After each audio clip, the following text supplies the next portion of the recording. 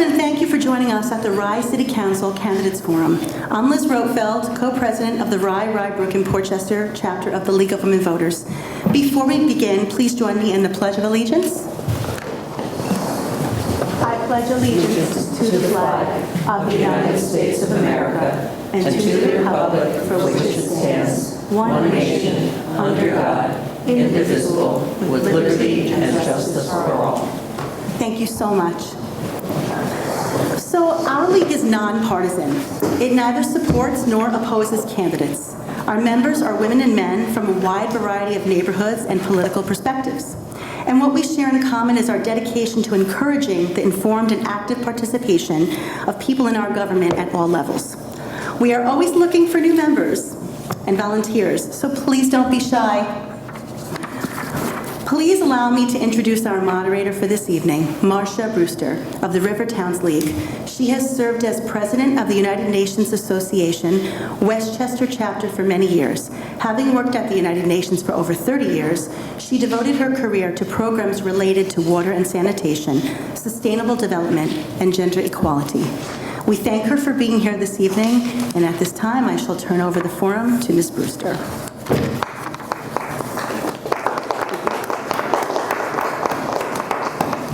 Thank you very much, Liz.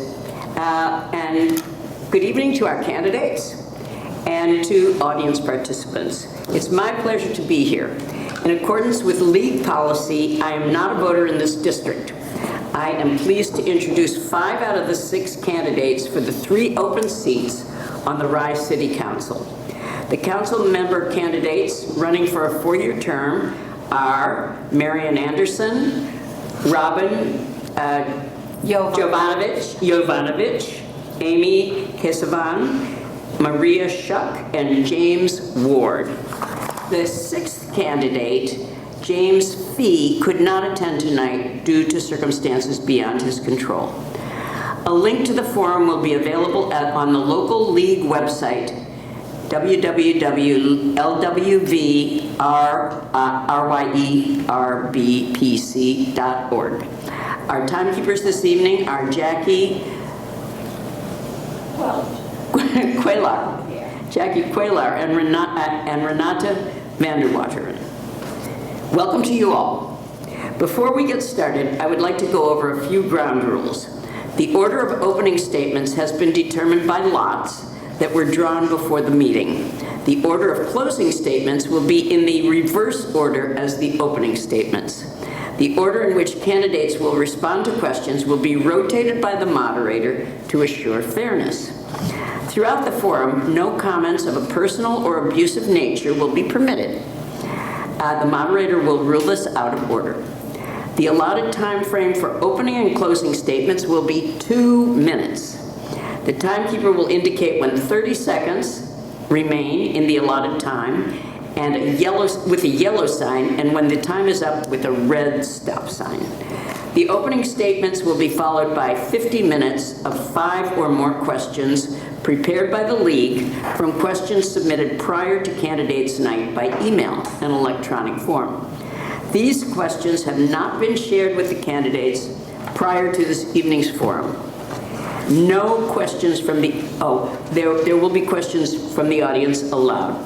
The moderator will address each question to each candidate, and each candidate will have 1.5 minutes to respond. The order in which candidates respond will be rotated by the moderator to ensure fairness. Question response times will be strictly enforced. The timekeeper will indicate when 30 seconds remain and when to stop. A candidate will be allowed to finish a sentence once started. If an audience member wishes to ask a question, please fill out an index card being handed out by our facilitators and return it to them. We have allotted 30 minutes of audience Q&A, and again, candidates will have 1.5 minutes to answer.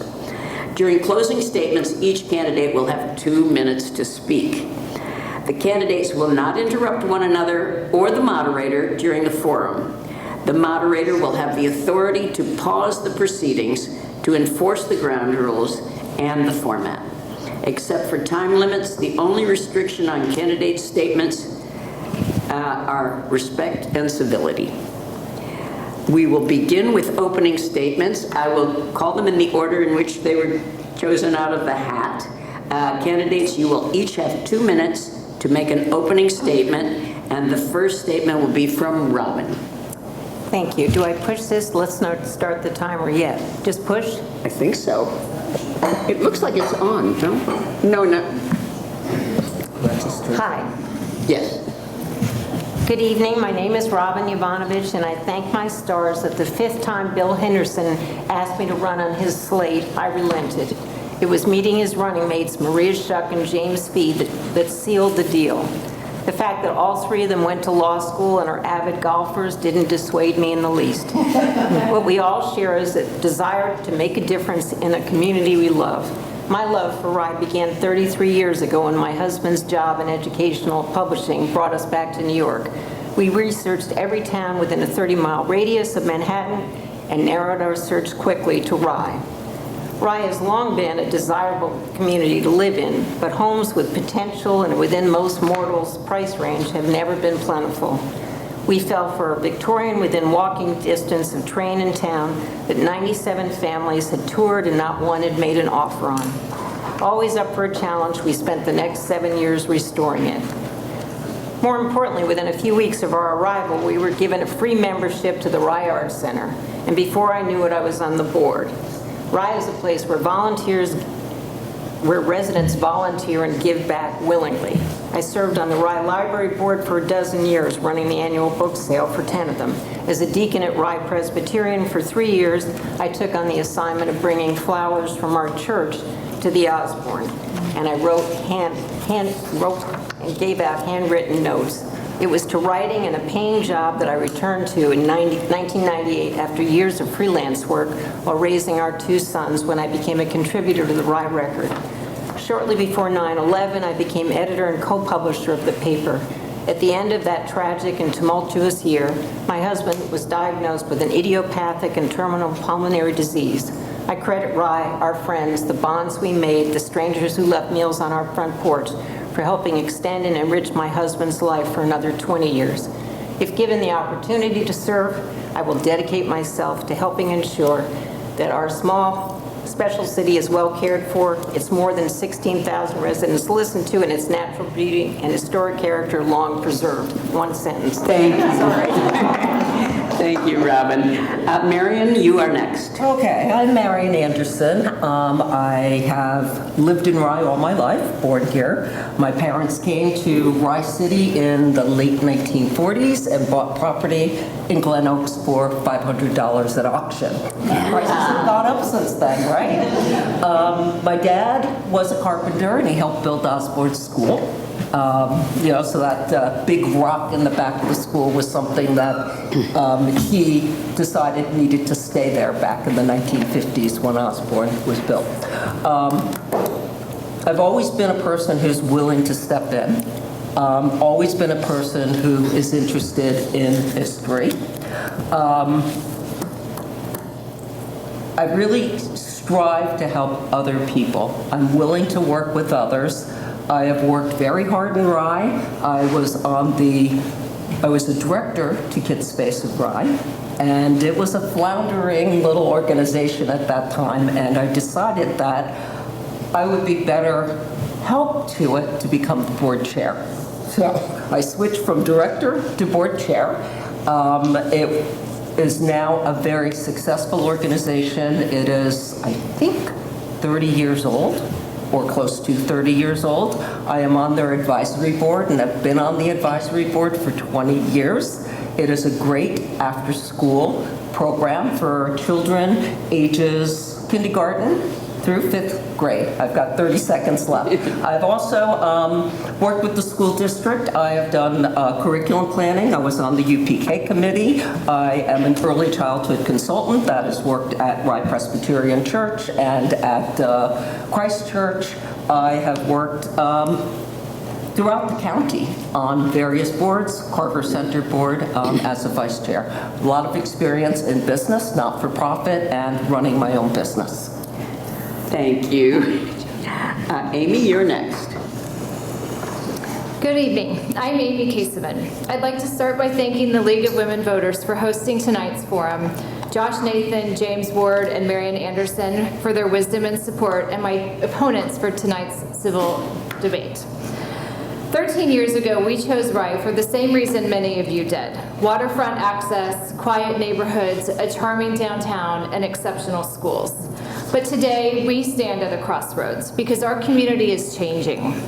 We have new development proposals that don't fit the character of our small community, neighbors experiencing flooding on an increasing basis, and I've noticed neighbors clashing when we should be working together.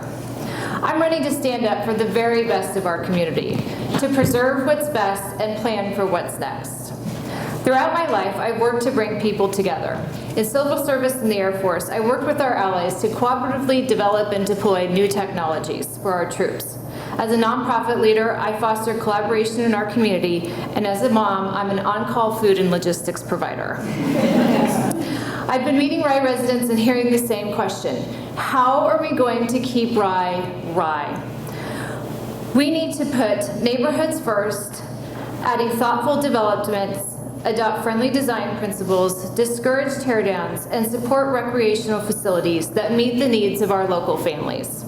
We need to finally adopt a master plan, and I mean it, let's get it done. Let's plan how we're going to promote self-service, parking solutions, safe streets, all while maintaining our quiet charm. Rye must become 100% flood resilient. No family should be displaced or forced to bear crushing expense because of a rainstorm. On November 4th, I hope I can count on you to vote Row A for Rye, to preserve the best and plan for what's next. Thank you very much, Amy. Maria, you're next. Thank you for coming, and a special thank you to the League of Women Voters for arranging this event. I'm Maria Shuck, and I'm running for City Council together with Robin Jovanovich, Bill Henderson, who's here today, and James Fee, who's not here today.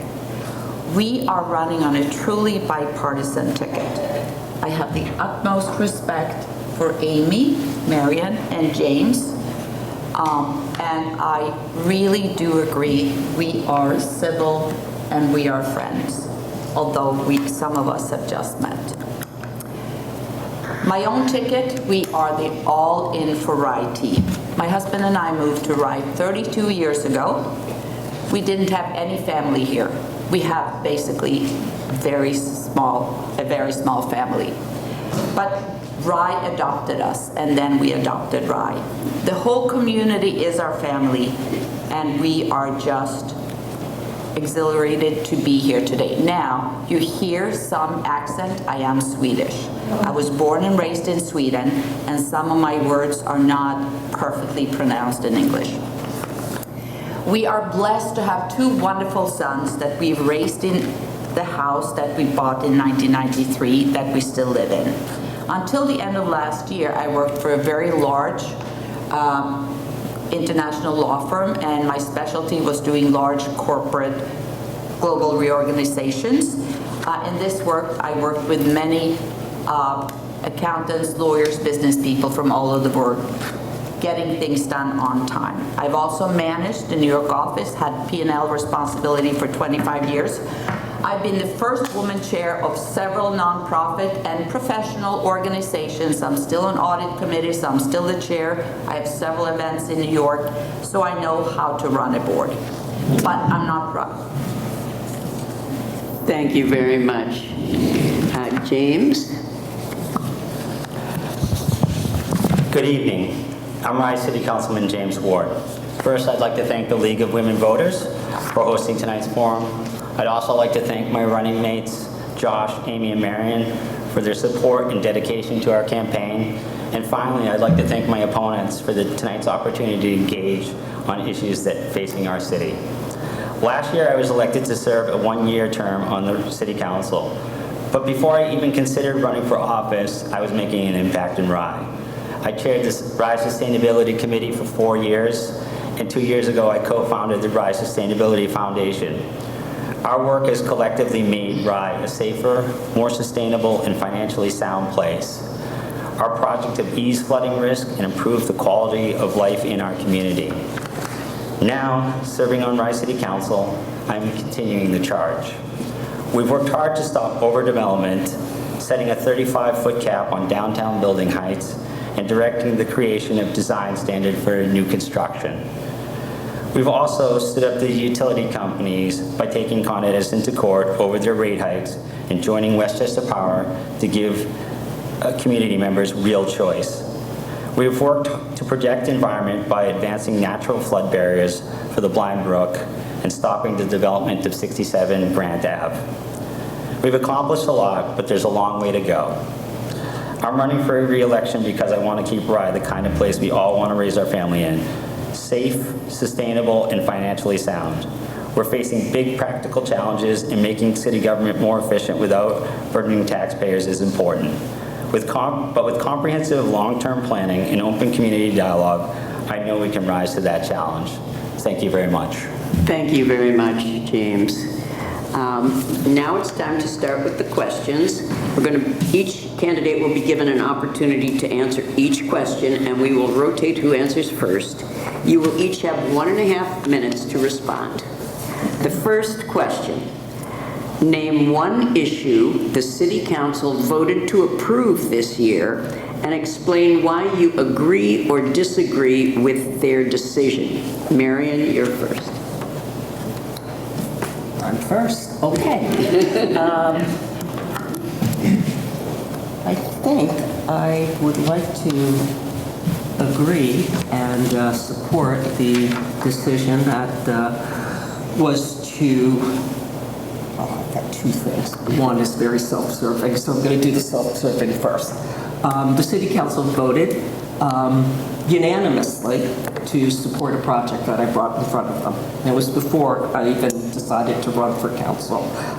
So I'm thrilled to tears. It came to fruition, and it was renaming the Rye City train station, Station Plaza, to the name of Paul and Oriole Red, who were civil rights leaders in Rye. So I love that decision.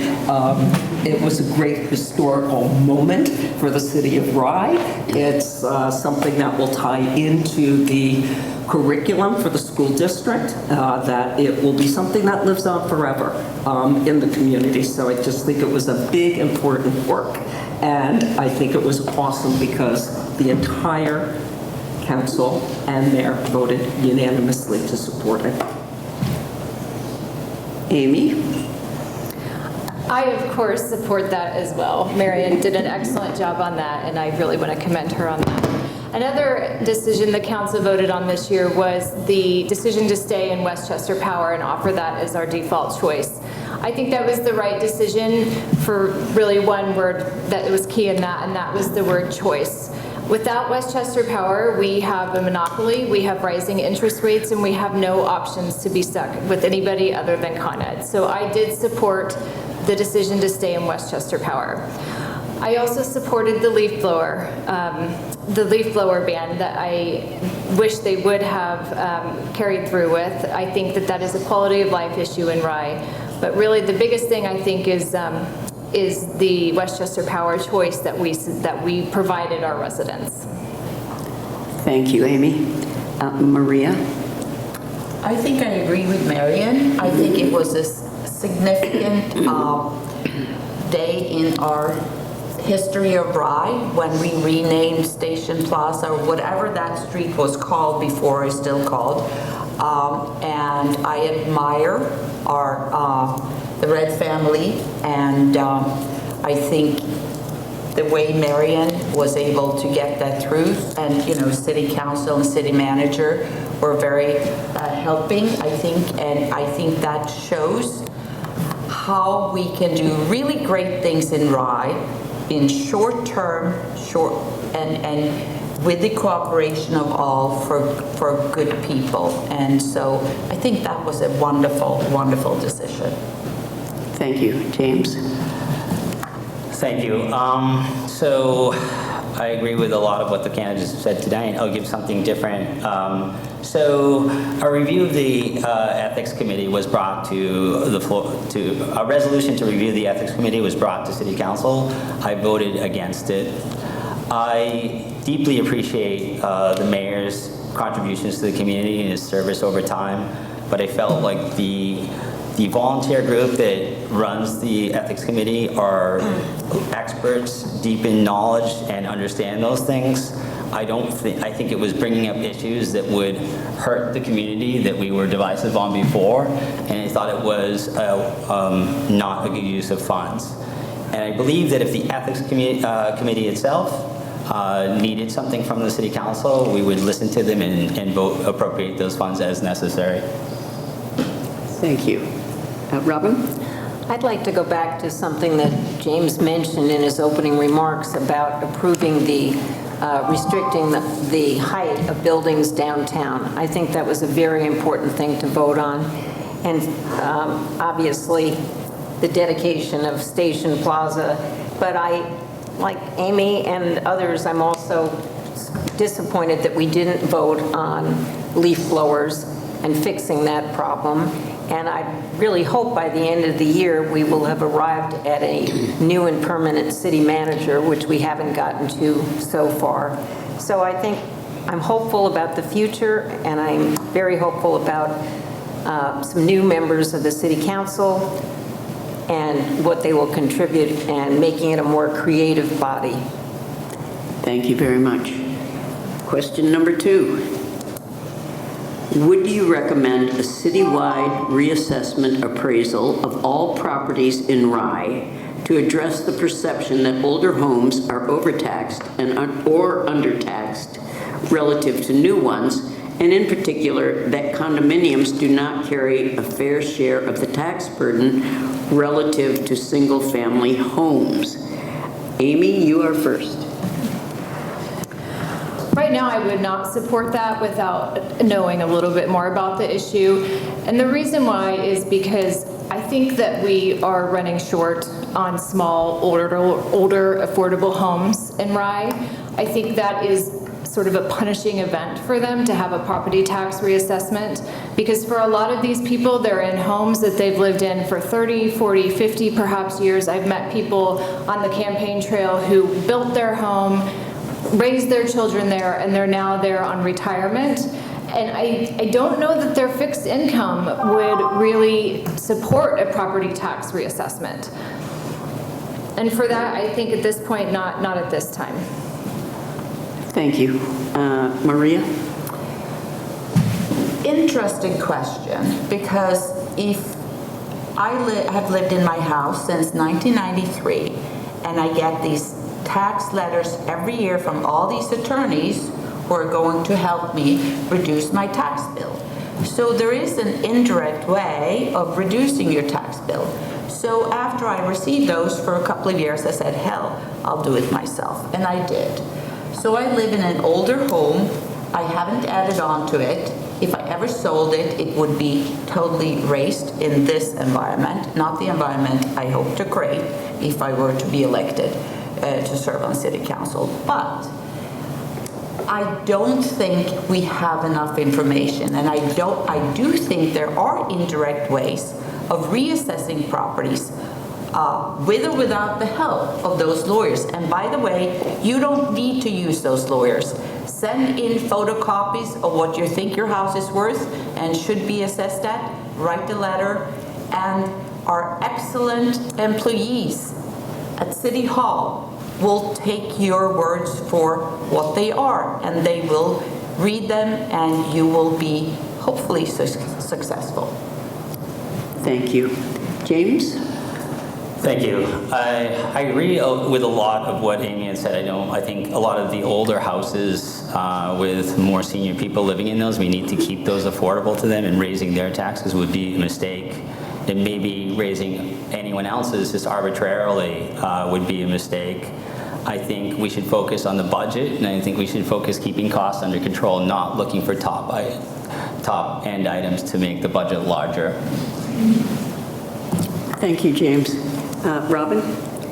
I would pretty much do anything I reasonably could to keep a lot of our wonderful longtime residents living in Rye. And we've asked many of them while we've been out campaigning, knocking on doors, how much longer, I mean, the reasons they want to stay and how it's becoming more and more unaffordable for them. But having looked into this issue several times over the last 20 years, there didn't seem to be a great appetite for doing this for the very reasons we've discussed, because is in the end going to be a fair procedure? And how many people, I think people make a commitment when they move here. They know the taxes are high, and I think any good city council is going to do the best they can to keep them as low as possible. Thank you. Marion? Okay, so I agree with everybody here that we need to maintain affordability for our seniors who have been here for many years. So new assessments happen at the point of sale. So that's one method of getting them the numbers up.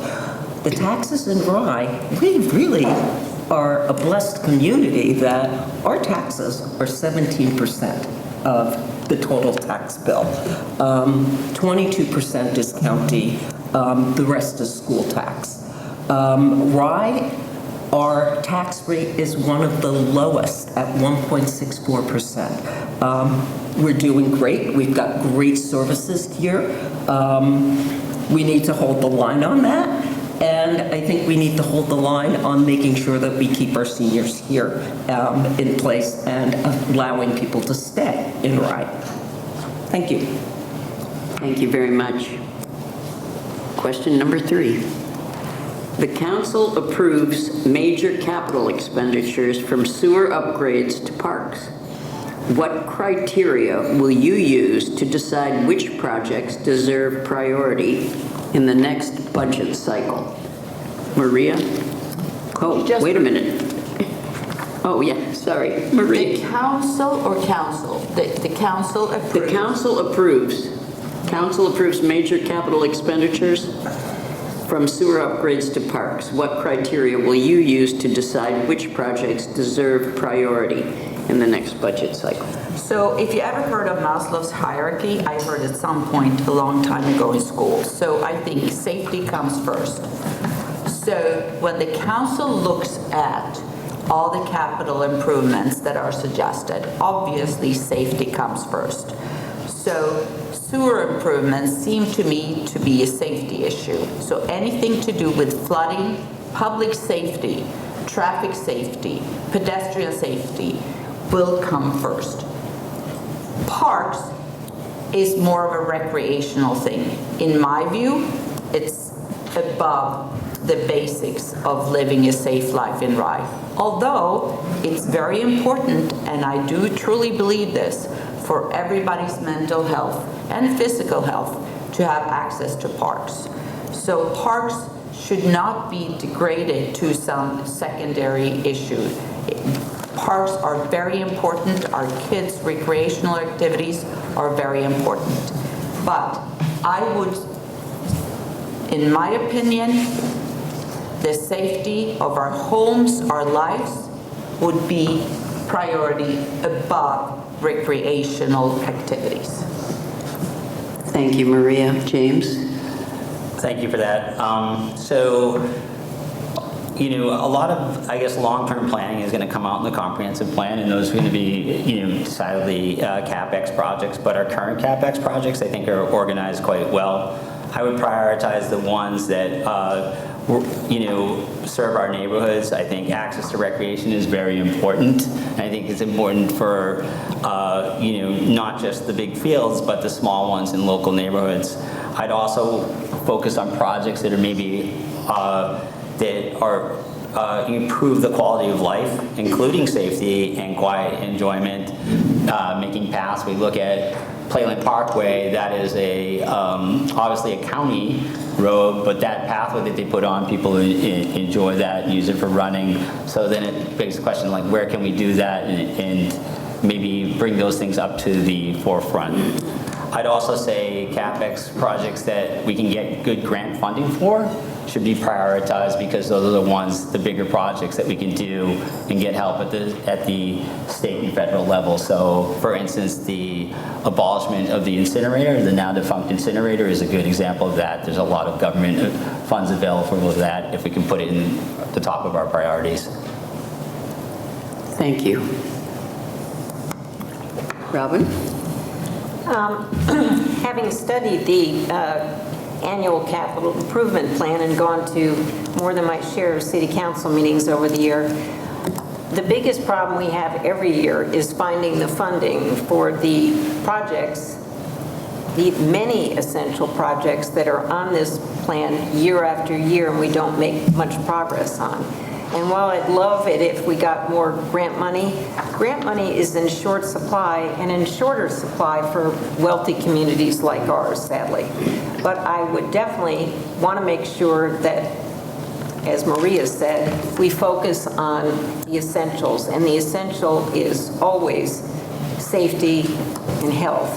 And there are so many parts of this that are important, and we definitely need a community conversation on this, which we have not had, and we need a new city manager with us going over these, and we all need to attend the meetings that you go to at City Hall, in which the library, which is represented here tonight by Chris Shoemaker, asks for money, and that should be one of the things that we give money to, because the library is a vital organization, one of many in Rye. Thank you very much.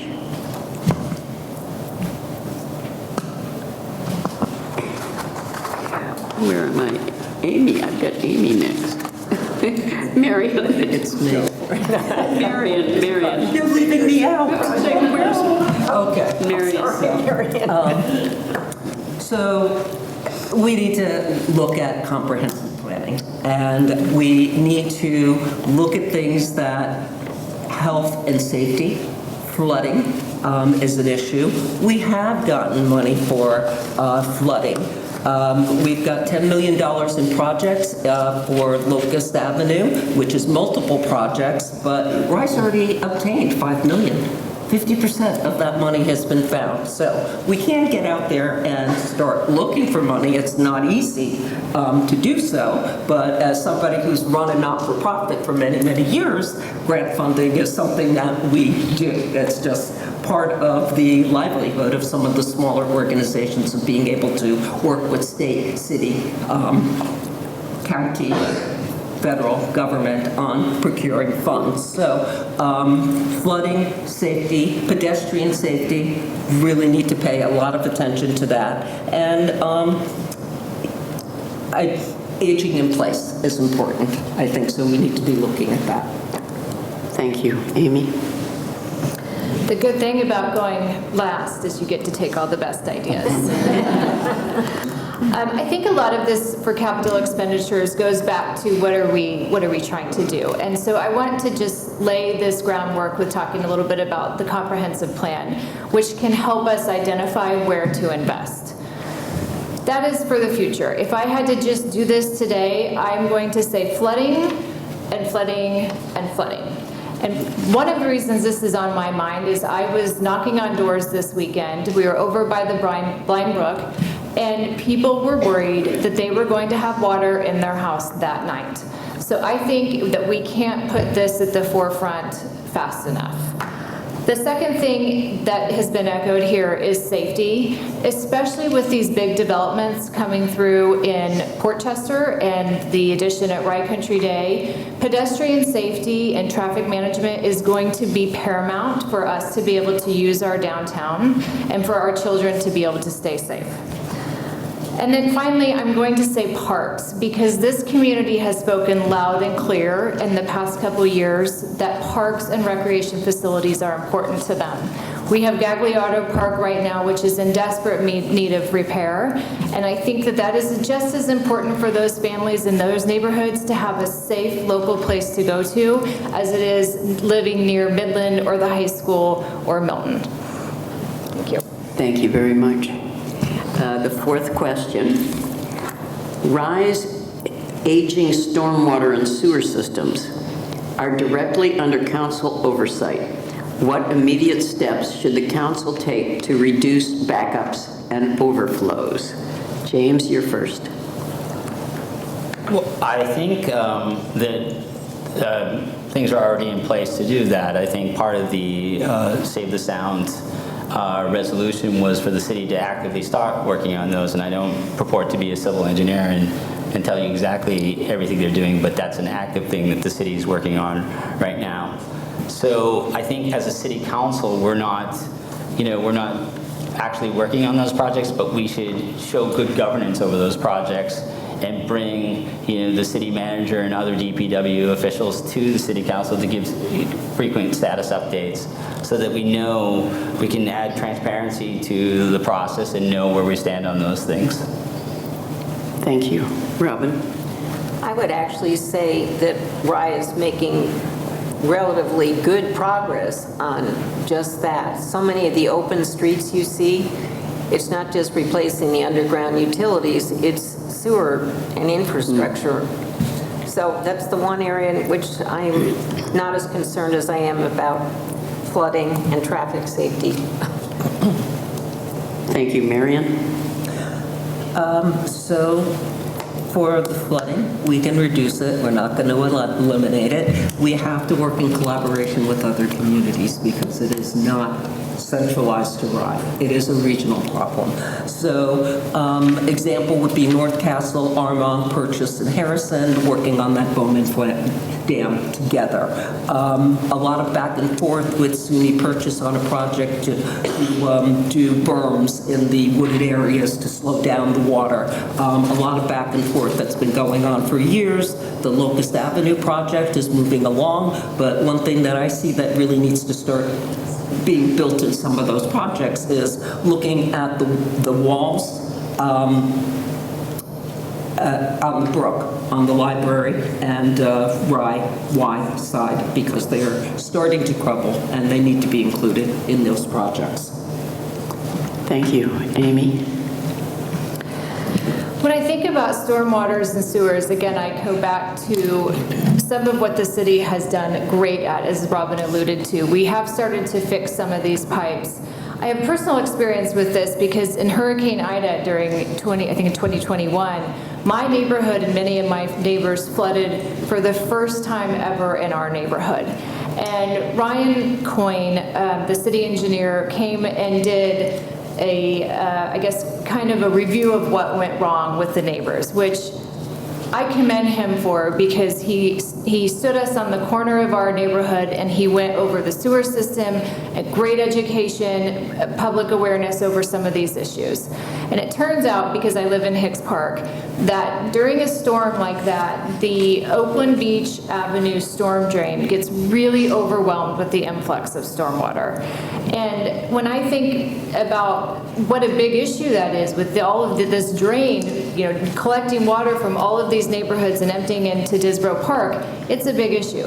But going back to comprehensive planning, one of the things that we have to do is think about these new developments and the rules around them, because we are adding more houses, splitting lots, adding more houses, and overwhelming these systems. So I think it is a really important issue that we're going to have to come up against with our capital expenditure planning. Thank you. Maria? I think most things have been said. The one thing I can add is I experienced a lot of paving, ripping up, utility companies, the city of Rye.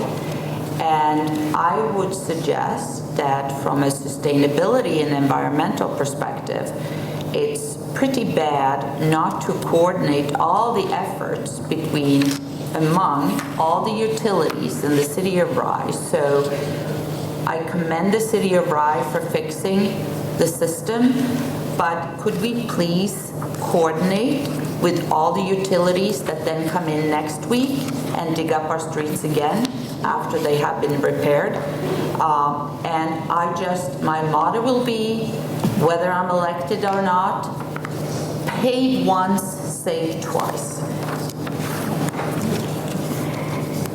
Thank you very much. Question 5.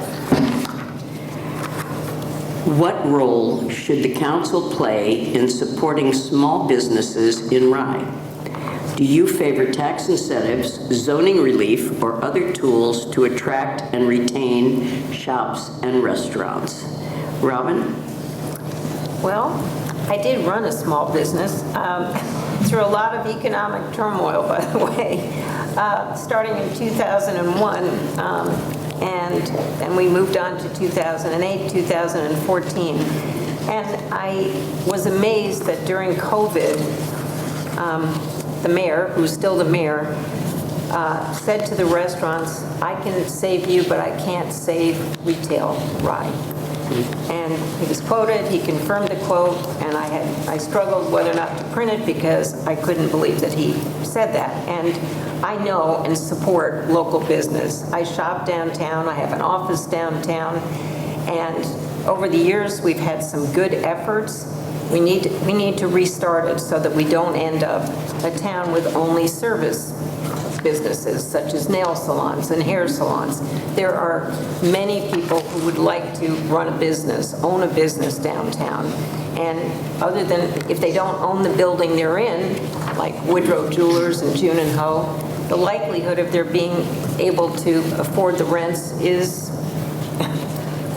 it's a long-term question. And yes, I would do lots of things and have conversations with them. Thank you. Thank you. Marianne? Rye has a wonderful merchants association with the, I'm sorry, I get too comfortable. Wonderful merchants association that was actually started by Catherine Parker way back in the day.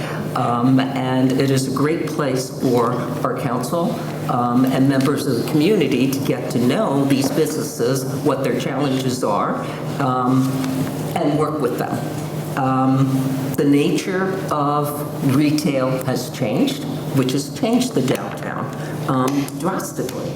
People are buying from Amazon everywhere you go through town. There is a truck and somebody's dropping things off. So businesses have changed, nail salons, restaurants, etc., because people are not really going in to purchase their clothing and their shoes. There are a few places still left in Rye, but the nature of has changed. Probably about 10 years ago, I think we had a bunch of banks. It was what came in was banks, and it kind of flowed through. I think we need to just talk to the business owners and really figure out what it is that they need to help succeed. Thank you. Amy?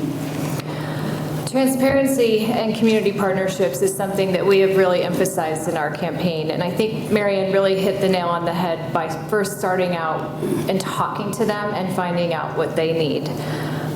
We also have a really robust Chamber of Commerce. I think that there's probably could be more communication with them.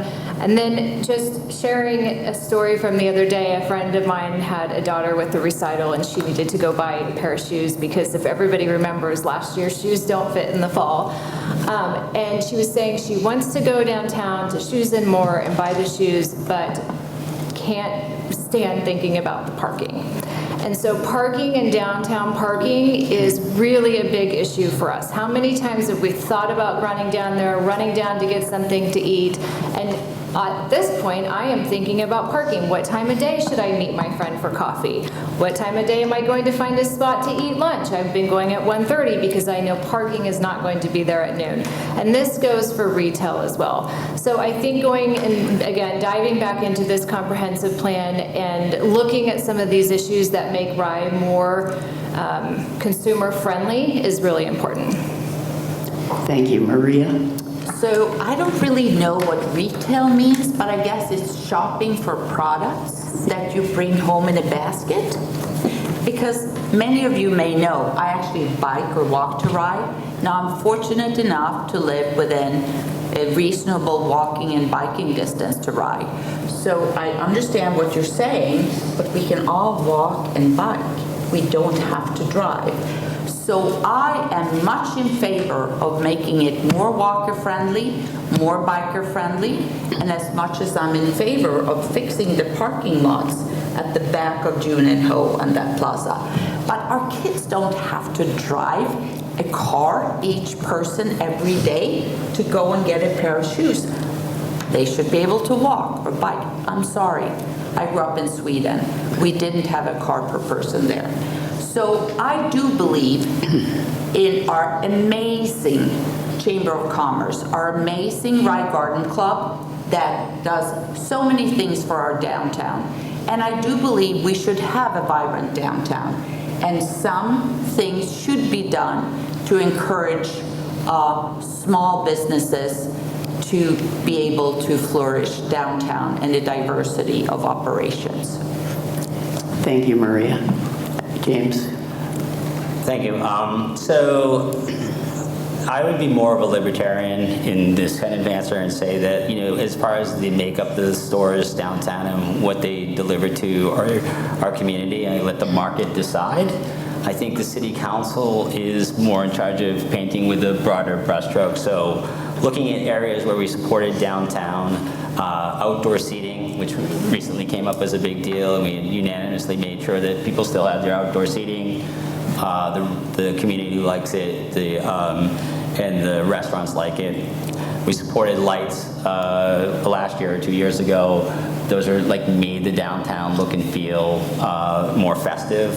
And I think that's what we're talking about in the comprehensive plan is what's the look, the character of downtown look like, and making sure that the developers make buildings that fit within the look and feel and develop it to the way that we want it developed, and I think that's, public input and that we can facilitate, but we let the community weigh in that quite heavily.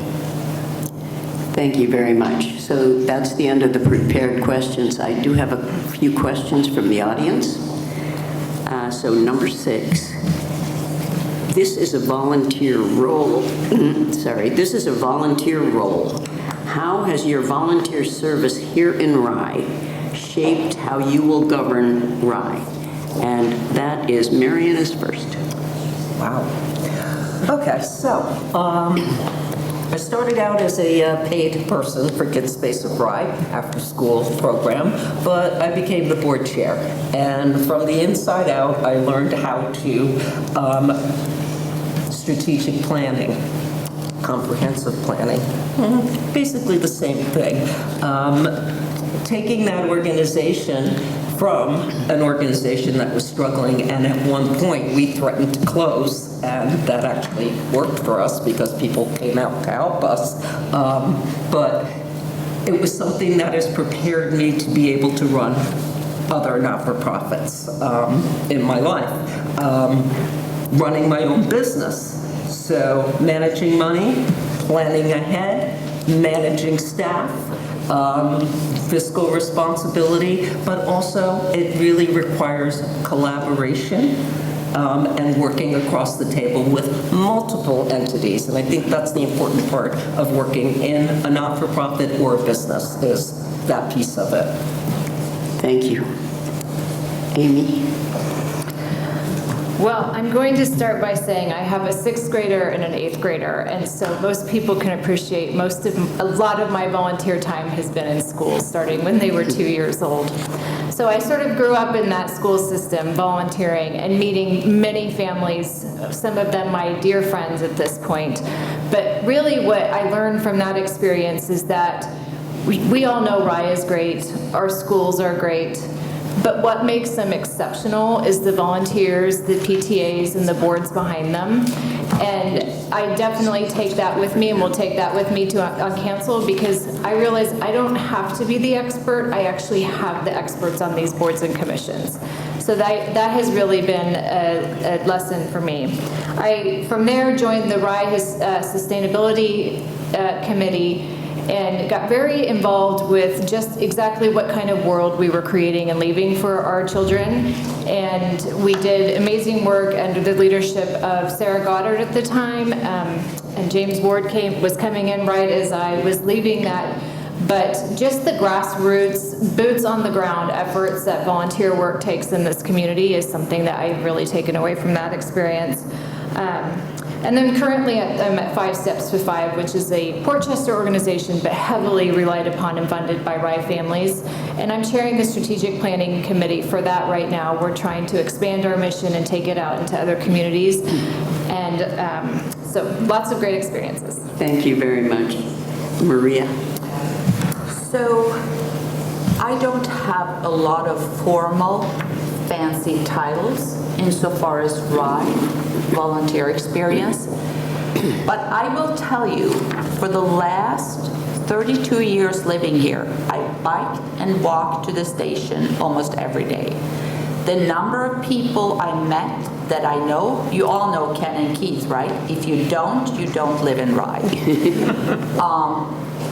The people I know, the people I care for, the people I talk to every day on my way to and from the station, now I am retired since end of last year, have become my community. In addition, I raised 2 sons together with my husband in Rye.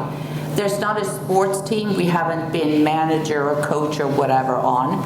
I don't want to dwell upon it because I'm not bragging about it, because it was a pleasure and a privilege.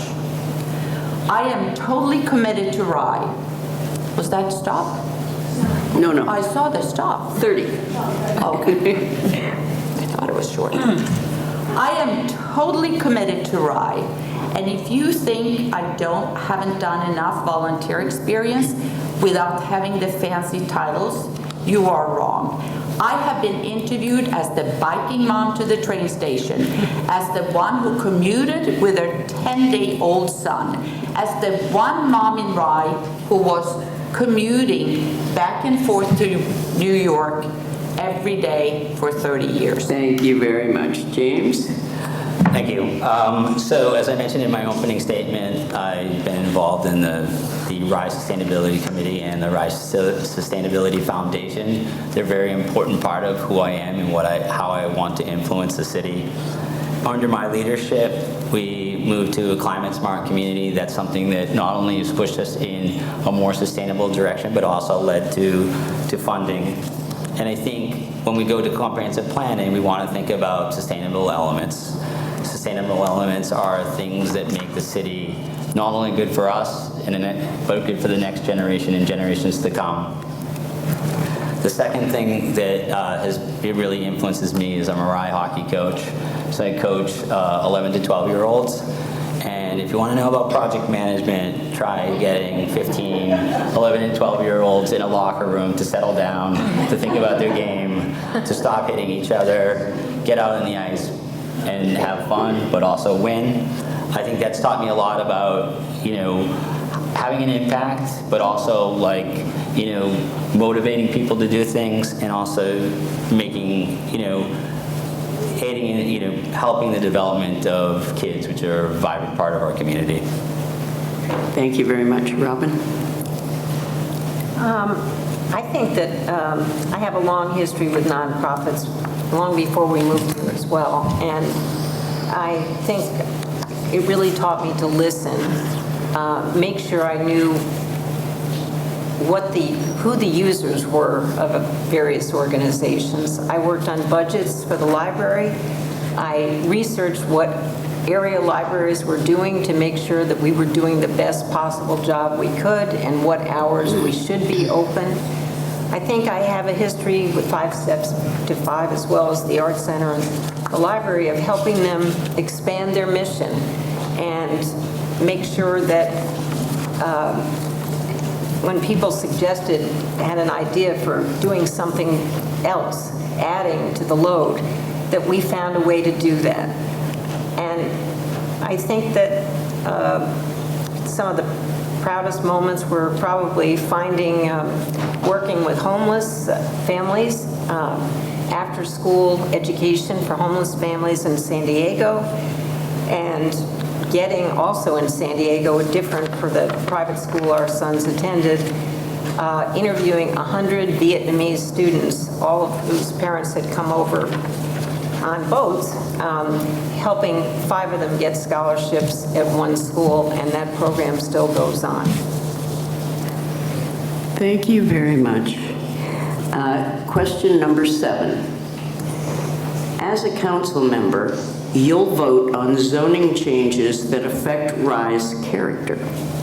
Do you believe the city should allow more accessory dwelling units, ADUs, or multi-family housing, and under what conditions? Amy, you're first. This is a great question. And it's a great question because it's a complicated question. Because I think some people might listen to this question and think, well, I don't want my neighbor building an ADU so they can Airbnb it. But the reality of it is they probably want to build an accessory dwelling unit to house a parent or to house a child.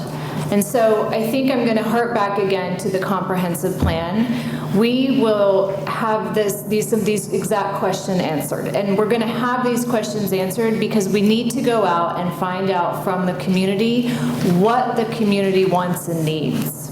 Many of us have children, mine aren't there yet, but many of us have children who are living with us, who are commuting into the city because housing is unaffordable. It's unaffordable in a lot of Westchester County, it's unaffordable in New York City, and it's an interesting question with the accessory dwelling units, when it's a really great question because it's not one I anticipated coming up. So I think this goes back to the comprehensive plan. Let's find out from the community, let's involve the community, and let's see what is needed. Thank you. Maria?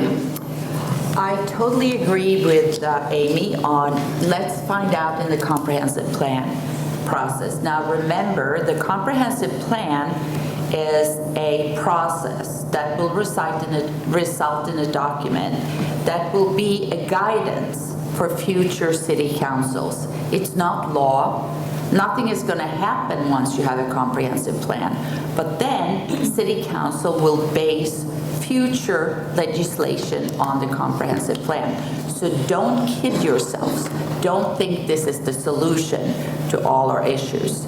In the meantime, we need to figure out how do we solve the immediate situation? How do we work to make right what we want over the next 2 years when we can without a comprehensive plan? So we can do a lot of things without the comprehensive plan, but in that comprehensive plan, we will be able to determine if the city people want us to allow accessory buildings, garages with additional apartments on top.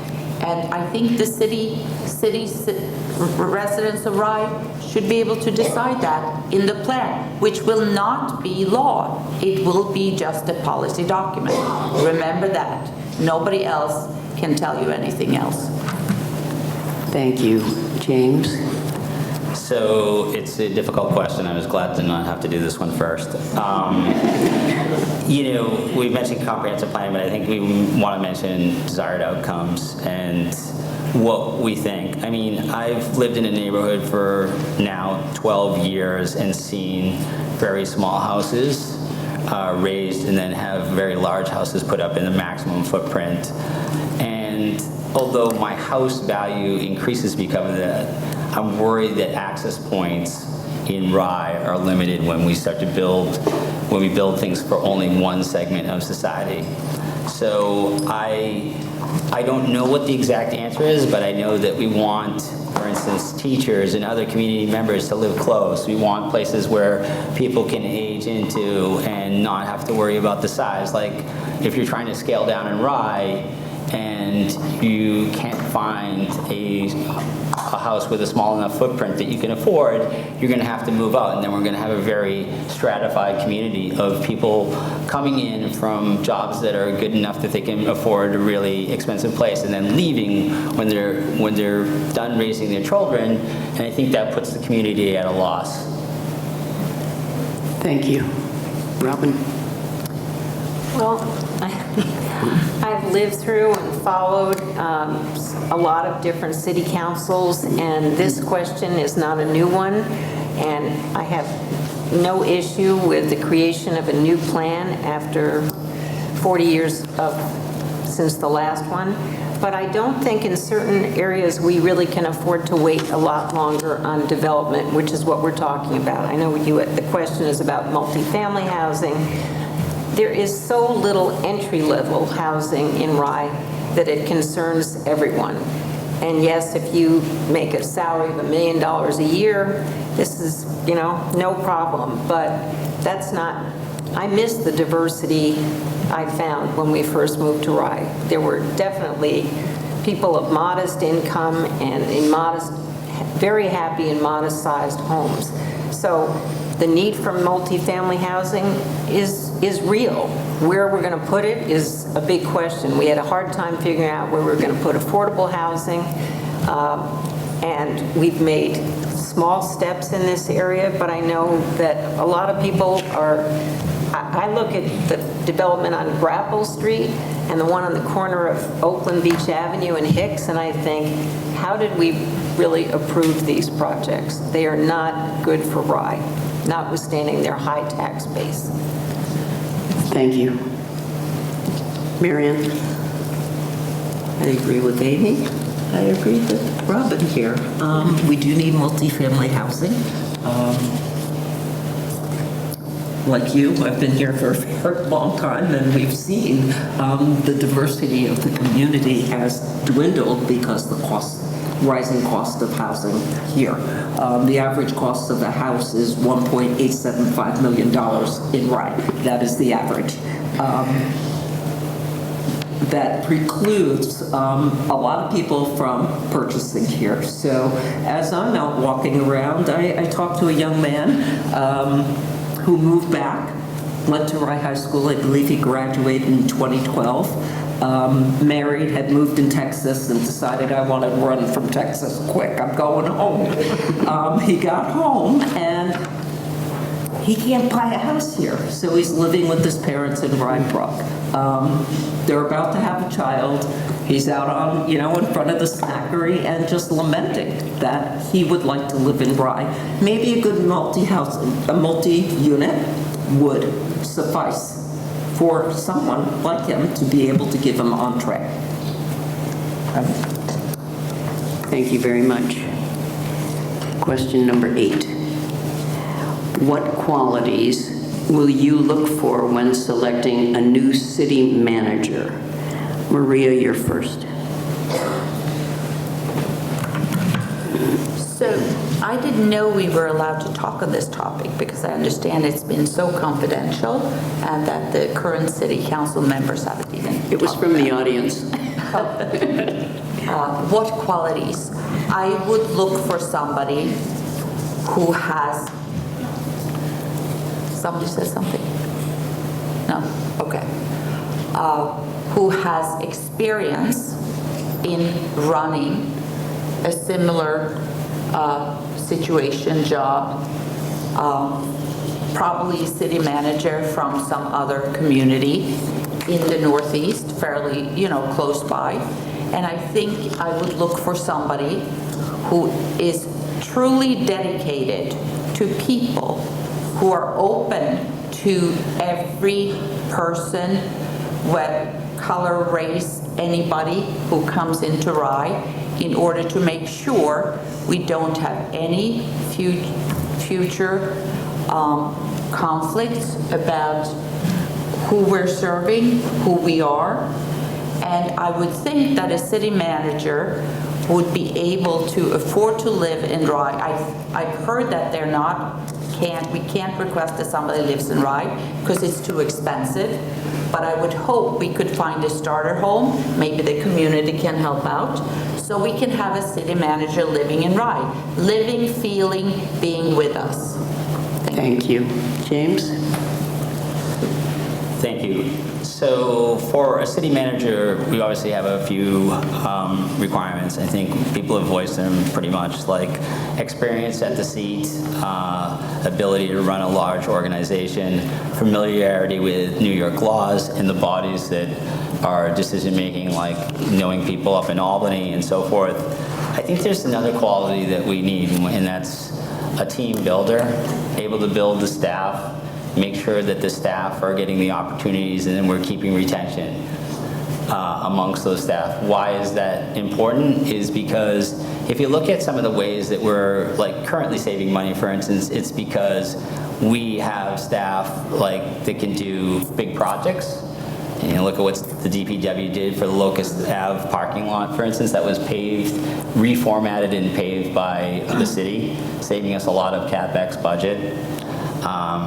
You want a city manager that can bring people together, that takes care of their people, and can keep those people on that ride.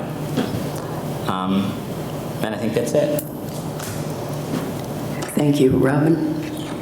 Well, I never disagree with Maria, but I will say that one requirement of the job, based on our last city manager, who was so first-rate and put up with an awful lot from certain members of the council, is he, unlike so many of his predecessors, had no experience in this area. He was smart, he was a born leader, and Rye continues to have a very slim staff. We don't have multi-layers in City Hall. They operate, they do everything, and they're good at doing everything, and they get along. And yes, that person needs to be able to get along, and the city council needs to respect that person and work well with them. And I think the sooner we get someone, and I heard from Frank Culross, who was in the position on and off for about 30 years, because we kept calling him back when a city manager left or was fired. He said he's not doing it again. But we need someone like Greg Usry. We need another Greg Usry. He set a very high bar, and I would hope that we would find someone who met the bar. Thank you. Marion? All right, so we need someone who's creative, smart, a leader, somebody who's collaborative, who's going to work well with others. I think the person at the top sets the tone for the culture of an organization. So we need someone who is going to be a great leader with the staff, who understands funding, who has worked with various governmental organizations, has been somebody who can go out in the community and meet with the people and understand the people. Thank you. Amy? I think everybody has said really great things about what we're looking for in a city manager, and I think Greg Esri did leave big shoes to fill. So just echoing what everybody else has said, I don't have too much new to add, except for I would like this person to be able to think creatively about the relationships and the partnerships that we're going to need to develop to solve some of our problems in Rye. For example, flooding. When we look at all of the issues that originate upstream, we know that flooding isn't just a Rye problem. It's not going to only be solved in Rye. It's going to take somebody who has the ability to think across municipalities, to partner with the state, partner with the county, and partner with the feds if we have anything left. And really be thinking about how those relationships and partners are going to be important to meeting some of the challenges that we face in Rye. Thank you, Amy. Question number 9. In your opinion, does the current tree ordinance properly balance the need to protect the city's old-grown trees from overdevelopment with the freedom of homeowners to address their own private tree issues? James, you start. So we can say yes and no. So I think it was a good attempt, and I think there's some good language in there, but I worry about some of Rye's oldest trees. I right now am running a project to plant oak trees in Rye. Some oak trees over 100 years old, 200 years old, are currently existing in Rye, and we should put extra protections on those. I think I like the way that it was written, and I think you want to look at things like base height, circumference. That's the height at 4.5 feet. You want to look at the type of trees, but I think like some trees, for instance, invasive trees that aren't really good. Like if someone was saying, I want to cut down a Norwegian maple, I'd say, let me help you. If someone was saying, I want to cut down a beautiful oak tree that adds not only to the community, not only serves us in helping us mitigate flooding and so forth, I'd say, no, I'm going to tie myself to your tree and not let you do that. So I don't think those protective aspects are in there. I think it purely looks at base height radius, and it doesn't look at our invasives versus, important trees. Thank you. Robin? I'm very much for Rye having a tree law. I frankly wish we had passed the one that Carolyn Cunningham spearheaded about 20 years ago, because it was just about perfect. And I do agree certainly with James about oaks, because they are the trees that absorb the most water, which is a big subject tonight. And I also am very concerned that if the tree law was rushed through, we don't need to go back and talk about what happened, but are we really sure, and are we asking people who take out a great number of trees to replant what they took out? Are we asking them to put oaks and other natives in there when they did a huge building project and tore out a lot of trees? And how many penalties have we asked be paid? So I think it's a work in progress, but I think we have so many things to address. It may not be at the very top of our list, sadly, but I would definitely like to see it beefed up more and still respect property rights. Thank you. Marion? I agree with James. Robert, we need to protect our trees. Our oak trees, as they say, very important to us. Native plantings, important to us. Should people have the right, and I think that was part of the question, is do they have the right to take trees down? I think we need to limit it. This is a very small community. We should all be working together. We should be educating. I'm thinking in my head when he was talking, years ago, there was a mayor in Bronxville, Mary Marvin, and she had this Hug a Tree campaign that I can just see her out there hugging the trees, because they are so precious to us that we really do need to take care of them. It takes a long time for another tree to replace. Thank you. Amy? I think there was an article in the Right Record about this recently, and I will give them credit because they're asking the right question. The tree law that was passed, I think, is a step in the right direction. I don't think it solved the whole problem. And part of this is because I don't think there's any way currently that we measure our canopy. And so until we really even know what we have, I think we need to try to be preserving our tree canopy, of course, but we also need to know what we have.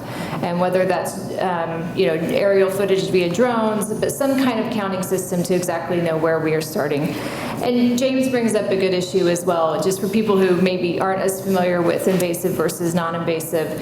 When you have invasive trees, the root systems are very shallow. They stay at the top and they tend to grow shallow and wide. And these are the type of trees that you'll see buckling on your sidewalks that will grow into roads and cause damage. So a tree isn't just a tree. The right kind of trees are important.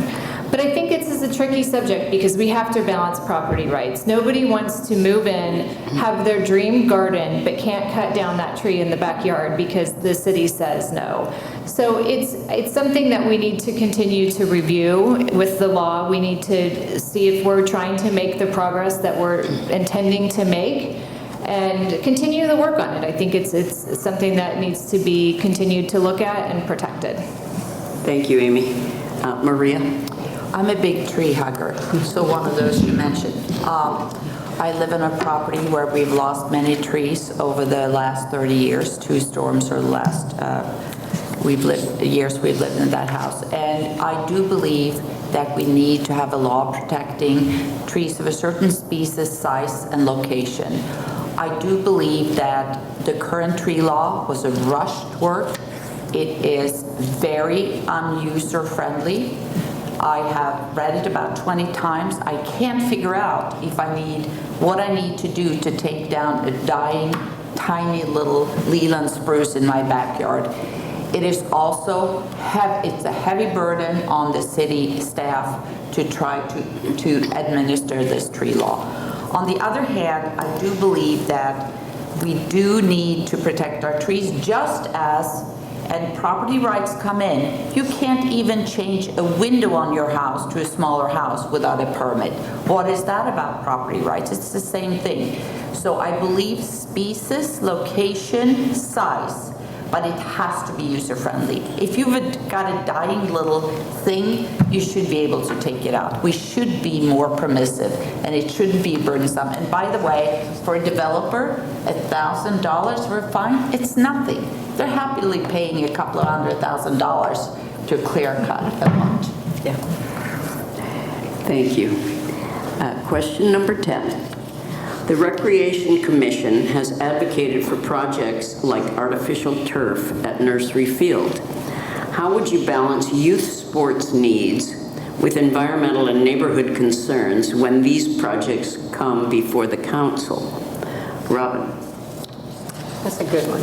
I have to say, and I was not, having spent a lot of years in California and learning that California, for one, was banning the creation of additional artificial turf fields statewide, that caught my attention. So when Rye was setting about to improve Nursery Field, which certainly needed improvement, I asked a lot of questions, and that process seemed to have already been decided because the mayor was already in favor of it and had told the people who are willing to fund this plan to redo it, that it was going to happen.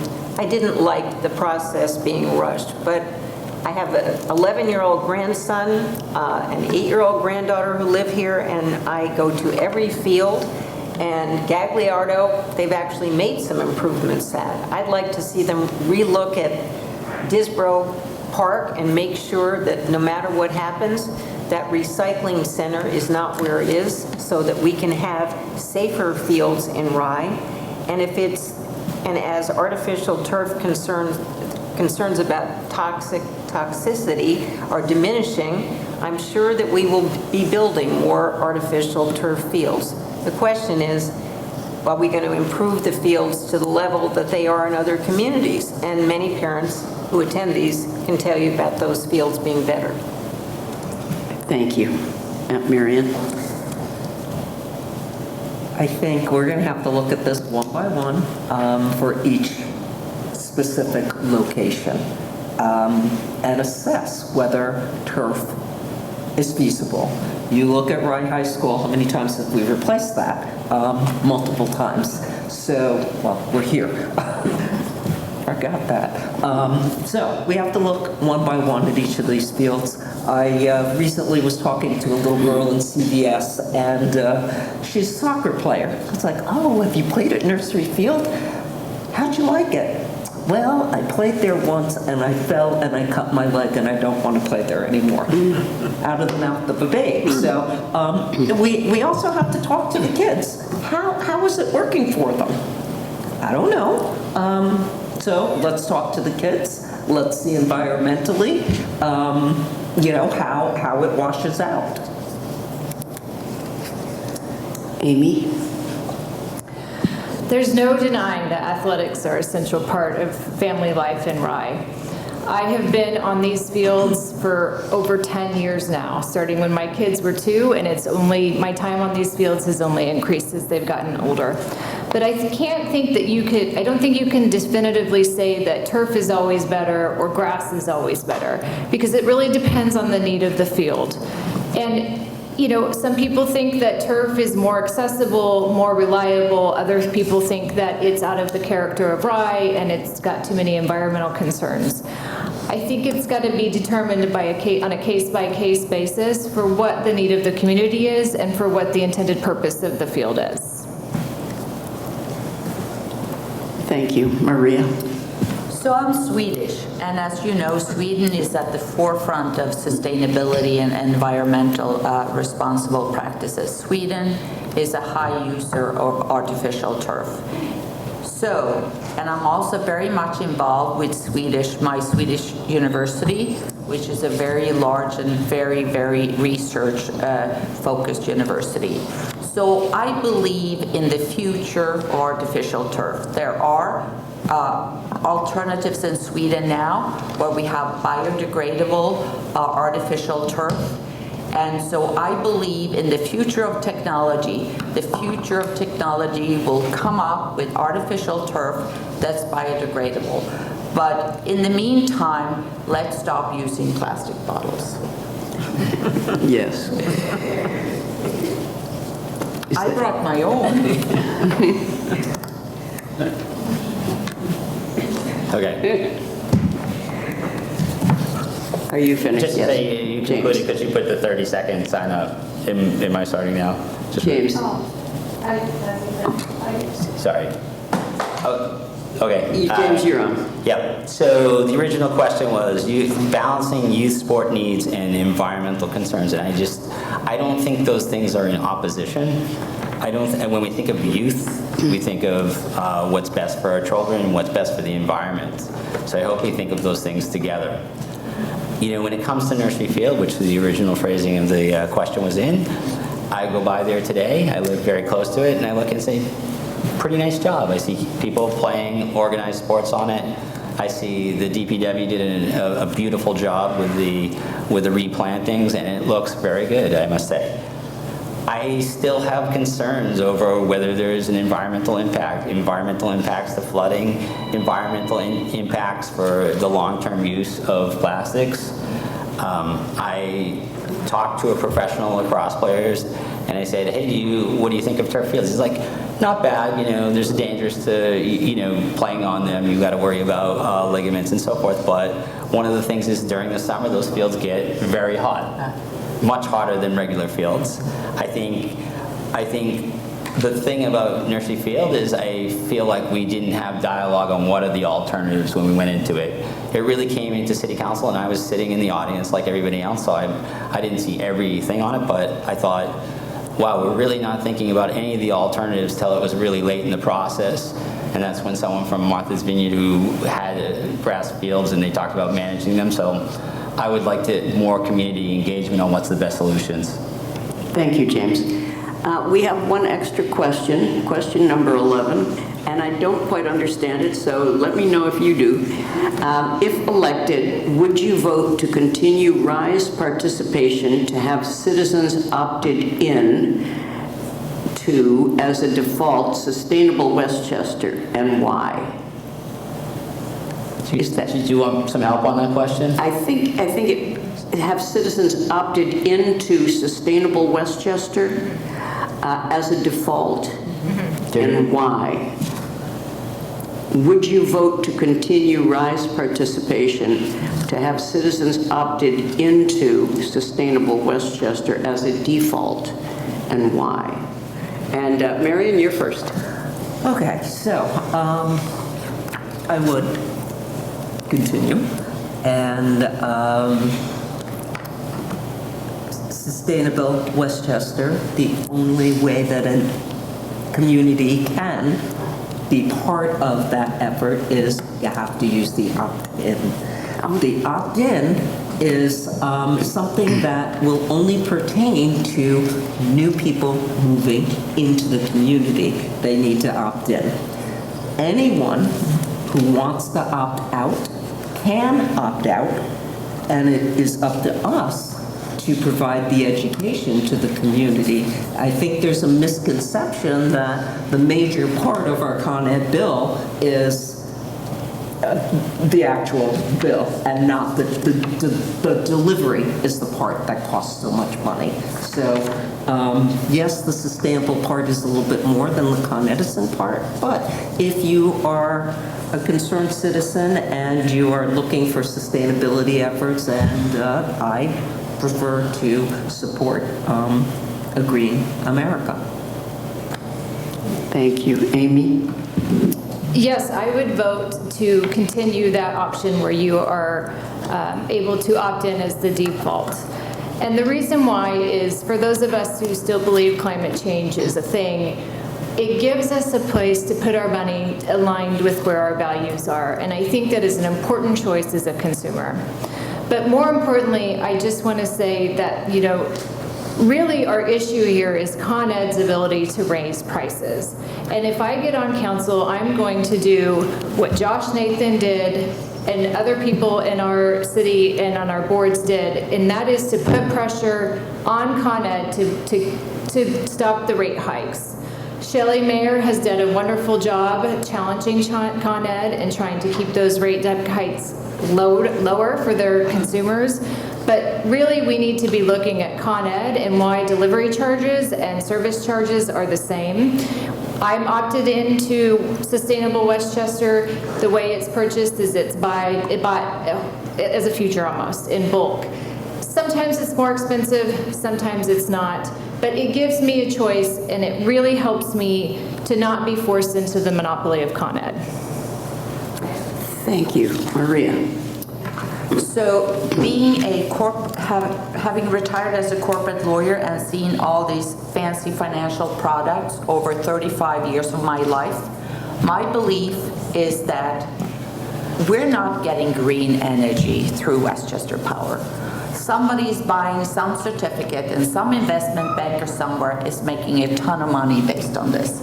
And I don't like it. And I don't like, coming from Sweden, that I am forced in and have to make a choice to opt out of a free choice. Now, believe me, I haven't opted out.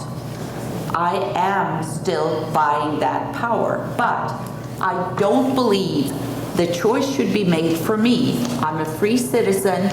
I should be able to make my choice, and the choice should be clearly stated by the city of Rye if they have opted in for me.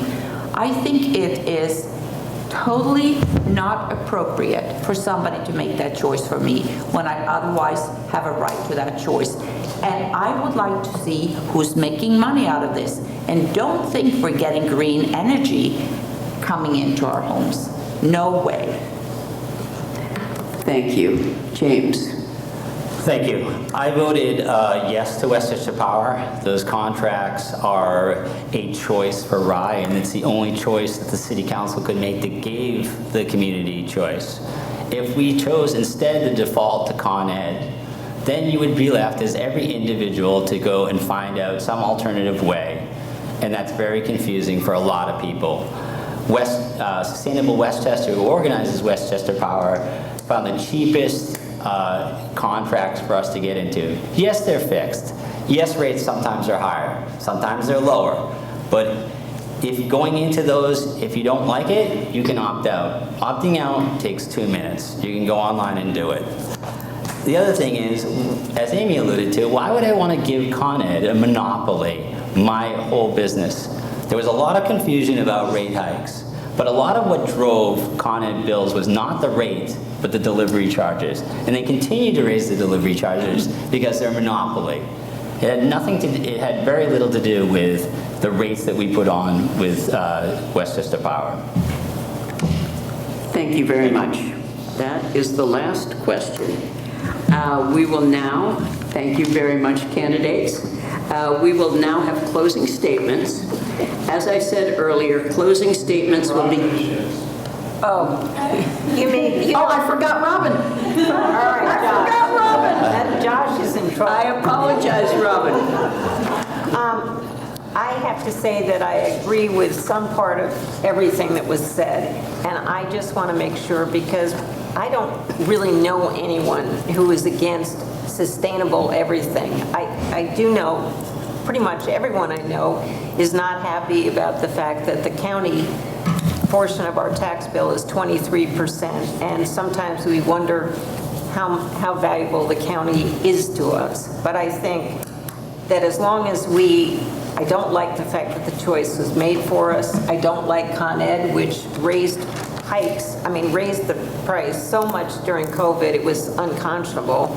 But I think as long as we have an opt-in and opt-out, I think we'll be discussing this down the road, and I think for the time being, that's what we have. So we're fighting Con Ed, and we need to put more pressure on them for sure. But I have nothing against Sustainable Westchester. So. Thank you very much, Robin. And thank you all candidates. We will now have closing statements. As I said earlier, closing statements will be given in the reverse order as the opening statements. Each candidate will have up to 2 minutes to make their closing statement. James, you're first. Thank you. Again, I want to thank the League of Women Voters for the opportunity to speak directly to the voters tonight. It's been a great honor to serve on the City Council the past year, and I'm proud of the results we delivered for Rye. I'm running for re-election because in so many areas, it's time to get the job done. We need to deliver a comprehensive master plan with sustainability elements, not in a decade from now, but within 18 months. We need to move forward on key flooding mitigation projects to protect our residents from the next Hurricane Ida.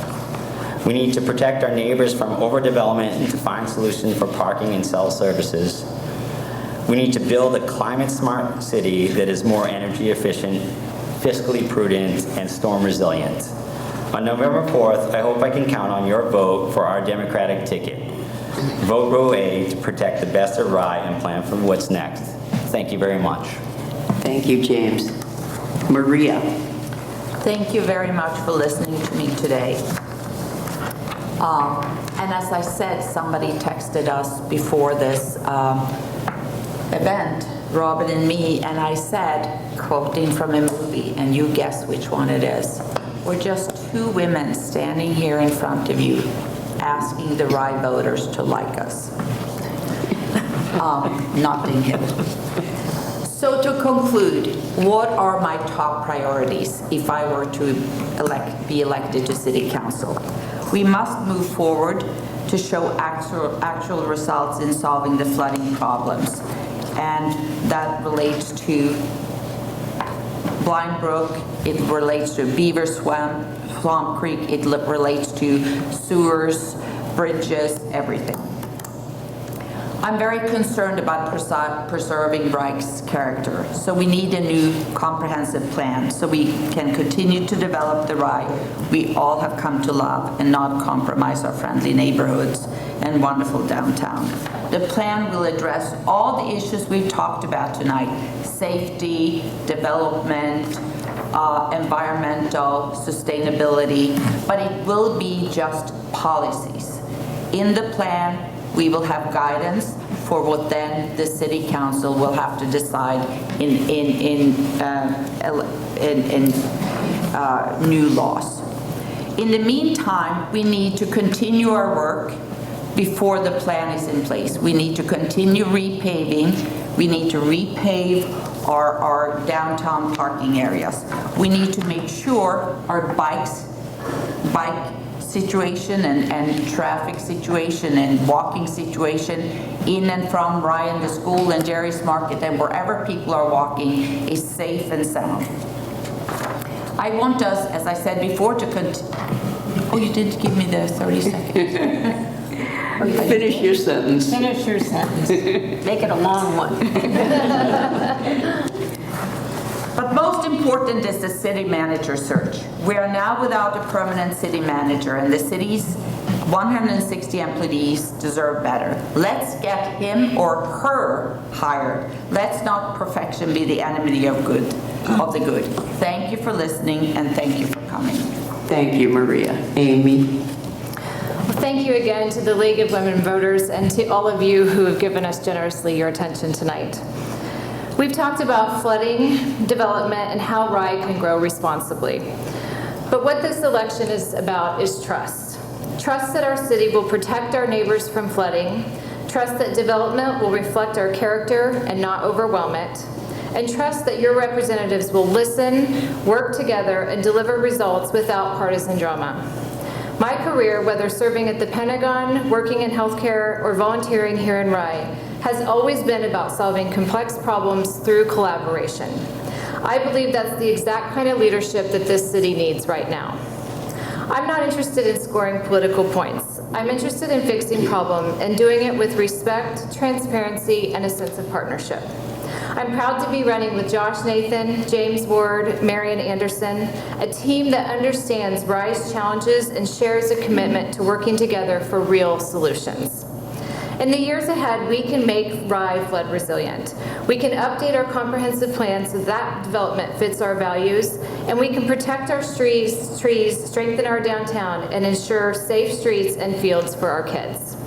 But that only happens if we work together, across neighborhoods, across parties, and across generations, to preserve what makes this place so special. I love this community. It's where my husband and I are raising our kids. We've built friendships, and it's where I want every family to feel secure and heard. So on November 4th, I hope that you'll vote for steady, thoughtful leadership. Vote for the team that will preserve the best and plan for what's next. Thank you. Thank you, Amy. Marian? Well, for Marian has been here for her entire life, maybe in and out a little bit. I have a very long history of volunteering in the community. On Good Space, been on the Rye Human Rights Commission. I've worked throughout the county. I've been chair of the Westchester County Women's Advisory Board. I've worked in the PTA. I've worked in the UPK committee. I've worked on the Westcott board. I was a vice chair at Carver Center. I am a giver that works very hard in the community because I care about people. In my work, I've worked at not-for-profit organizations. I worked for Andrews Children's Center, which is a very large not-for-profit.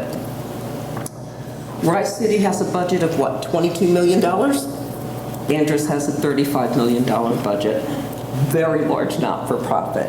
I was a division director and the executive leadership team to their community service division, which meant that I was working throughout Yonkers, Mount Vernon, all of Westchester County with police, with governments, dealing with grants, working with people one-on-one. I am an early childhood innovator. I love kids. It's my life working with children. And I really enjoy working with seniors and working for the Alzheimer's Association, which is a Westchester association, but it's here. It's here. Across the board, I've spent my life working for people, and I would very much like to work for the people of Rye. Thank you. Along with Amy, James. Thank you, Marian. Robin? The office all of us here tonight are running for requires setting and accomplishing local goals, which can be lofty. Sustainability is not limited to simply planting more natives. It's about pursuing what's practical and long-term and attainable. The issues that I champion are all about safety and duration. Flooding, absolutely number one. We have a Rye Flood Advisory Committee. We need to meet with them. We need to meet with the community and go over what we can do about flood mitigation on a local level while we wait for help from the county, the state, the Fed to help contain the flow of water upstream before the next major flood. And like everyone else, we were all worried last weekend. We need to install a proper crosswalk at Theodore Frem, Purchase and Purdy, where hundreds of children and commuters walk and bike every day. It's chaotic. No pedestrian knows when they can cross safely. We also need to fix the sidewalks, which are falling apart, and repave the parking lots. I think we need to ask the Public Safety Commissioner to focus on traffic violations, illegal U-turns, speeding, passing other people.